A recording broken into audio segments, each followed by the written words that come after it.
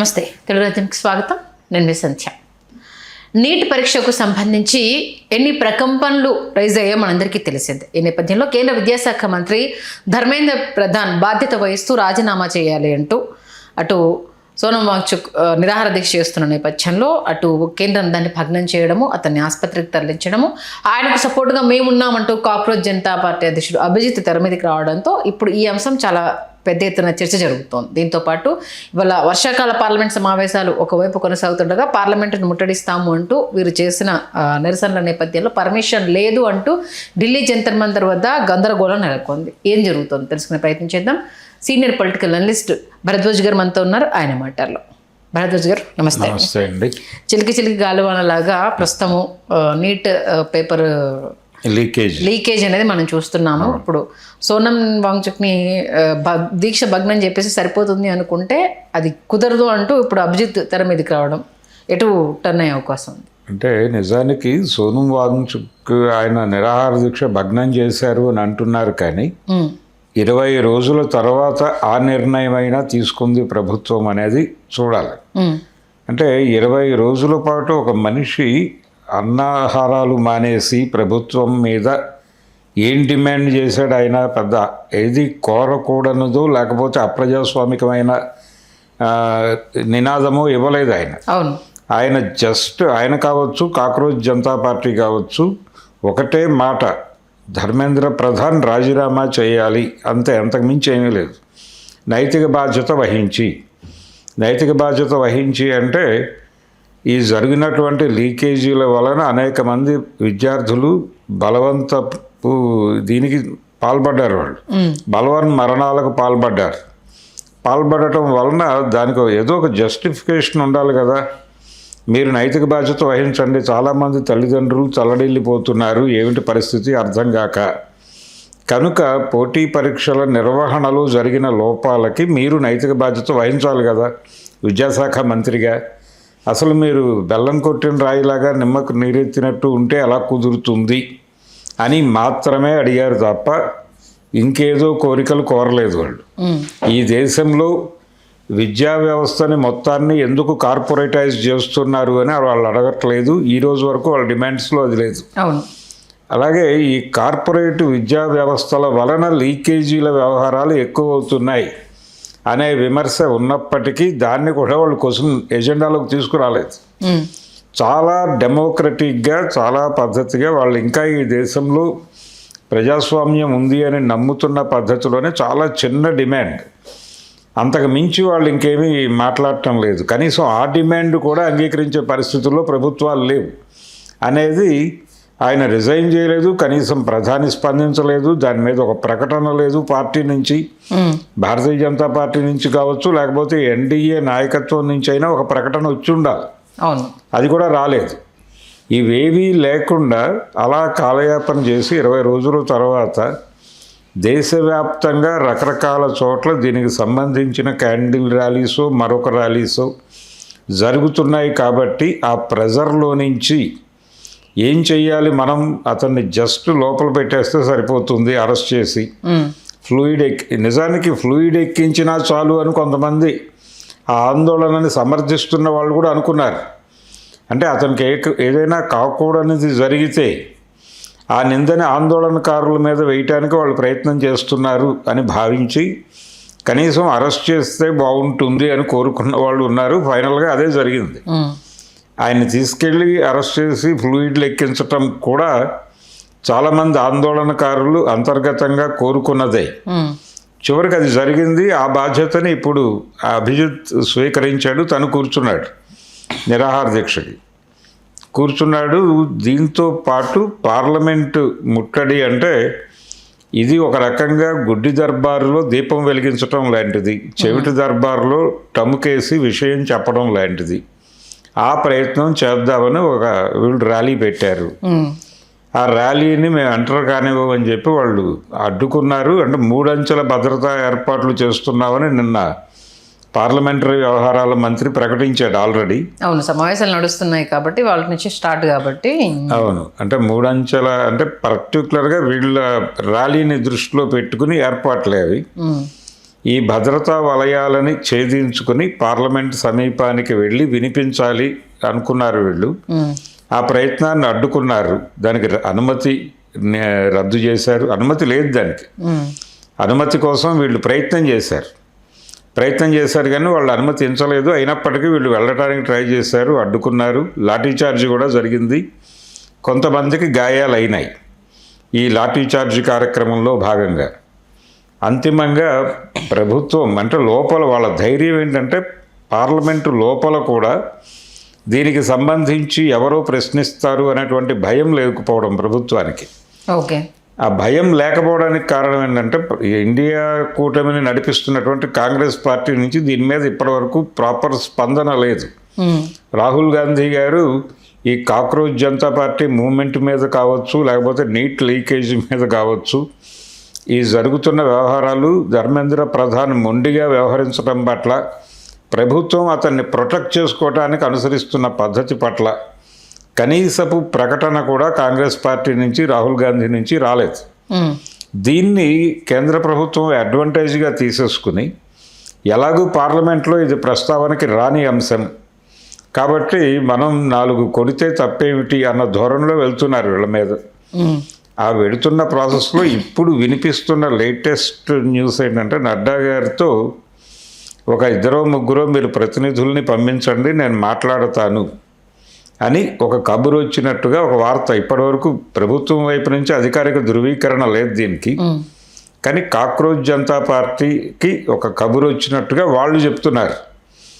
మేము ఒక 2-3 ప్రతినిధులం వెళ్ళి నడ్డా గారిని కలవబోతున్నాం, కలిసి ఆయనకి పరిస్థితి వివరించి వారేం చెబుతారో విని దాన్ని బట్టి అంటే నెగోషియేషన్ ప్రారంభమైంది ఇప్పుడే.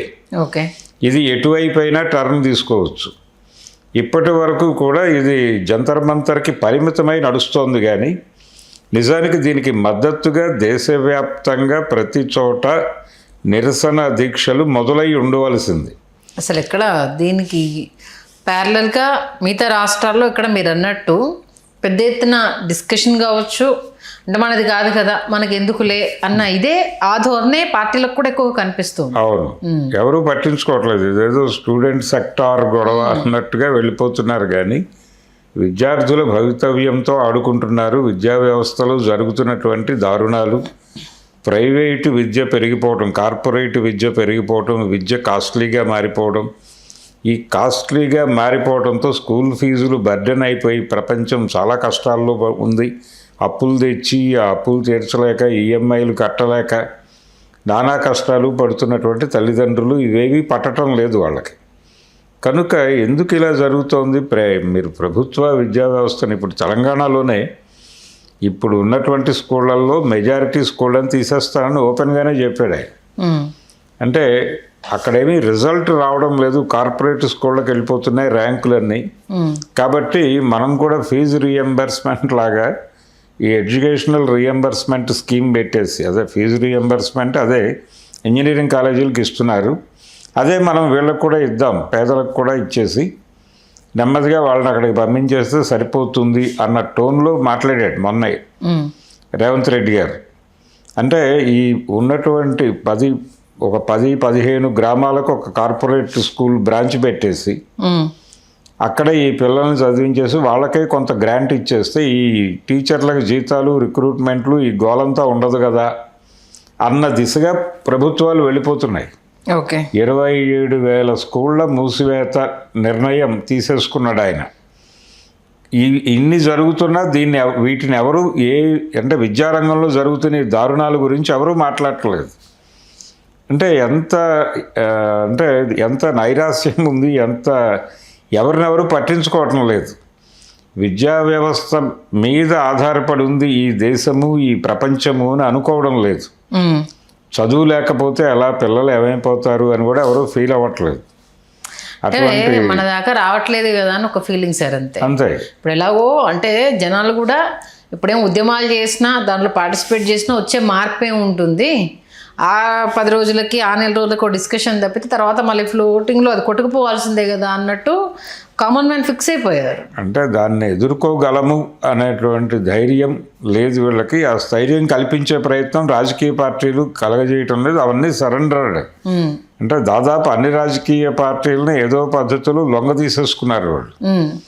ఈ లొంగ తీసేసుకోవటం వలన కేవలం లెఫ్ట్ పార్టీలకు చెందిన విద్యార్థి సంఘాల నాయకులు మాత్రమే జంతర్ మంతర్ దగ్గర ఉన్నారు ఈ రోజు వరకు. అవును, హైదరాబాద్లో జరిగినప్పుడు కొంత ఏబీవీపీ ప్రెజెన్స్, ఎన్ఎస్యుఐ ప్రెజెన్స్ కూడా కనిపించింది. జైపూర్లో దాడి జరిగిన తర్వాత, అభిజిత్ మీద దాడి జరిగిన తర్వాత కాన్షియస్గానే ఏబీవీపీ మాయమైపోయింది. ఎన్ఎస్యుఐ ఢిల్లీలో కనిపించలేదు. ఎందుకు ఇలా జరుగుతోంది, ఎందుకు కాంగ్రెస్ పార్టీ ఇబ్బంది పడుతోంది? రెండోది, వాళ్ళందరి క్యారెక్టర్ల మీద అసాసినేషన్ ప్రోగ్రామ్ ఒకటి మొదలుపెట్టారు. సోను వాంగ్చుక్ గురించి రకరకాల అభిప్రాయాలు సర్క్యులేట్ అవుతున్నాయి. అవును, ఏదో చైనా వెళ్తాడు, పాకిస్తాన్ వెళ్తాడు, వాళ్ళందరితో మీటింగ్లు చేసుకుంటాడు. పొలిటికల్ ఎజెండా తప్పితే ఆయనకు దేశం మీద కానీ విద్యార్థుల మీద కానీ ఏ మాత్రం ప్రేమ లేదు అంటూ రకరకాలుగా వినడం జరిగింది. అదే ఈ ప్రచారం వాంటెడ్గానే చేస్తున్నారు. అది నిజానికి అతను ఒక దశలో చాలా కీలకమైన సందర్భంలో ఈ లడక్ నుంచే ఆయన ఒక ప్రకటన చేశాడు. ఆర్టికల్ 370కి మద్దతుగా మాట్లాడాడు. నిజానికి వాళ్ళు చెప్తున్నటువంటి లెఫ్ట్ లీనియన్స్ వాళ్ళందరూ వ్యతిరేకించారు దాన్ని. వ్యతిరేకిస్తున్న టైంలో ఇతను దానికి సపోర్ట్గా మాట్లాడి కేవలం లదాఖ్ వరకు మాత్రమే పరిమితమై అతని డిమాండ్స్ ఉండేవి. అంతకు మించి పెద్దగా ఆలోచించిన మనిషి కూడా కాదు. అలాగే అతని కంట్రిబ్యూషన్ చాలా ఉంది. అంటే ఎడ్యుకేషనల్ రిఫార్మ్స్కి సంబంధించి చాలా మాట్లాడాడు అతను. అది కూడా అక్కడి వరకే. తర్వాత ఆ ప్రాంతంలో ఉన్న ప్రజల్ని ఎస్టీల్లో చేర్చటం, వాళ్ళకి కొంత ఎడ్యుకేషన్కి సంబంధించిన గ్రాంట్స్ ఇవి రావటం, దాని మీద చాలా పనిచేశాడు అతను. పరిమితులు ఉన్నాయి, కానీ ఆ పరిమితుల్లో అతను ఏం చేయగలడో అది చేసి చూపించాడు. ఓకే, ఆ మేరకు పర్యావరణానికి సంబంధించి జరుగుతున్న విధ్వంసం గురించి మాట్లాడాడు. అంతకు మించి మాట్లాడిన వాళ్ళు ఇంకెవరైనా ఉన్నారా ఈ ఆర్గ్యుమెంట్లు చేస్తున్న వాళ్ళు అనేది చూడాలి. ఆ పోలికలోకి వస్తే అతను బెటర్గానే ఉన్నాడు. ఓకే, అయినప్పటికీ అతను ఏది కాదు, నిజంగానే ఏమీ చేయలేదు. అతను ఎడ్యుకేషనలిస్ట్ కూడా కాదు, పర్యావరణవేత్త కాదు. అతను ఒక 20 రోజులు అక్కడ అన్నాహారాలు మానేసి కూర్చున్నాడు ఒక డిమాండ్ కోసం.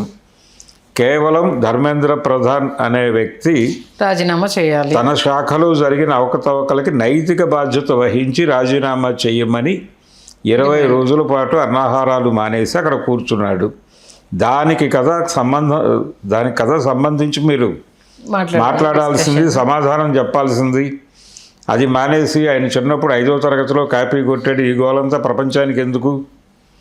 నైతిక విలువలు అనే ప్రాతిపదికలోకి వెళ్ళిపోయి వాళ్ళు ఆత్మహత్య చేసుకు చనిపోతారు. చనిపోయినప్పుడు కూడా మీరు ఇదే మాట్లాడతారా? రేపొద్దున అనేక మంది విద్యార్థులు చనిపోయారు. చనిపోయిన ప్రతి విద్యార్థికి ఇంకేవో ఉన్నాయి, అందుకని చనిపోయాడు అనేటువంటి స్టోరీస్ డెవలప్ చేయడానికి గ్యారంటీ కనిపించడం లేదు. ఓకే, అందుకని విద్యా వ్యవస్థ దీని మీద సీరియస్గా పార్టీలన్నీ పట్టించుకోవాలి. ఈ పార్లమెంట్ సమావేశాల్లో ప్రభుత్వాన్ని కనీసం కార్నర్ చేయాలి. నడ్డా పిలిచి మాట్లాడతాడా లేదు అంగీకరిస్తాడా లేదా అనేది పక్కన పెడితే, కాంగ్రెస్ పార్టీ ముందు ఇప్పుడు ఫ్లోర్లో ఉన్నటువంటి ప్రతిపక్ష ఎంపీలందరూ కనీసంగా కలిసి వెళ్ళి సాలిడారిటీ తెలియజేయాల్సిన అవసరం ఉంది. ఆ మూమెంట్కి చేస్తే దేశవ్యాప్తంగా విద్యా వ్యవస్థలో ఉన్న లోపాల గురించి మాట్లాడదాం అనుకున్న వాళ్ళందరికీ ఒక భరోసా దొరుకుతుంది. ఓకే, ఆ భరోసా ఇవ్వలేకపోతే వాళ్ళు పార్లమెంట్లో ఉండి ప్రయోజనం లేదు. ఖచ్చితంగా ప్రయోజనం లేదని ఆల్రెడీ అధికార పార్టీ అనుకుంటోంది. దాన్ని నిజమని నిరూపిస్తారా, లేకపోతే మీలో చేతన ఉంది అని ప్రూవ్ చేసుకుంటారా? ఇప్పుడు పార్లమెంట్లో ఉన్నటువంటి ప్రతిపక్ష సభ్యులు నిర్ణయించుకోవాల్సిన వ్యవహారం వాళ్ళు కాదు. వాళ్ళు క్లియర్గానే ఉన్నారు. వచ్చిన అవకాశాన్ని వాడుకోకపోయినా, ప్రజల కోసం మరి నిలబడకపోయినా రేపు ఆ ప్రజలు మీ వైపు నిలబడలేరు కదా. అవును.